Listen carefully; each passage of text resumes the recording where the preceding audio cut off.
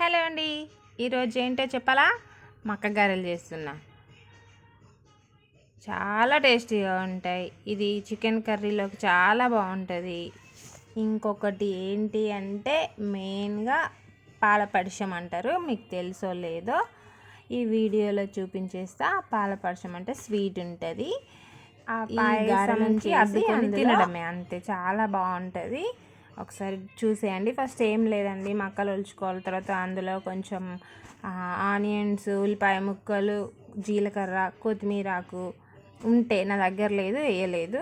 కరివేపాకు, కొంచెం కొత్తిమీరలు వేసుకొని, కొంచెం ఉప్పు వేసుకొని మిక్సీ వేసుకోవాలి.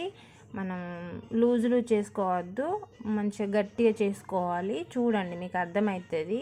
మిక్సీ పట్టేటప్పుడు లూజ్ ఉంటే, ఒకవేళ లేత మక్కలు అయితే లూజ్గా ఉంటుంది. అప్పుడు లూజ్గా ఉన్నప్పుడు ఏం చేయాలంటే, అందులో మీరు కొంచెం గోధుమ పిండి కలపండి. ఇది వట్టిగా బాగా వస్తాయి టేస్ట్.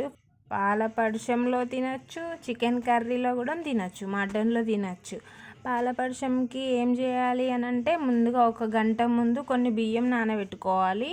ఒక హాఫ్ టీ గ్లాస్ ఉంటుంది కదా, అందులో క్వాంటిటీ అంటే మీరు ఎంతమంది ఉన్నారు, ఒక నలుగురు ఉంటే ఒక గ్లాస్ తీసుకోండి, ఒక ఇద్దరు ఉంటే హాఫ్ గ్లాస్ తీసుకోండి.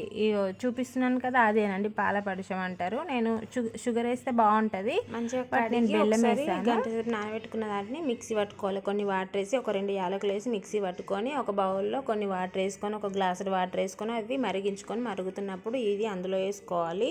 వేసుకున్న తర్వాత కొంచెం బెల్లం వేసుకోవాలి. నెయ్యి ఉంటే నెయ్యి కూడా వేసుకోండి, షుగర్ ఉంటే షుగర్, లేదండి అంతే. తర్వాత కొన్ని పాలు వేసుకొని ఒక 2 నిమిషాలు మరిగించుకొని దించుకోవడమే. ఒక్కసారి ట్రై చేయండి, ఎంత బాగుంటుందో అసలు.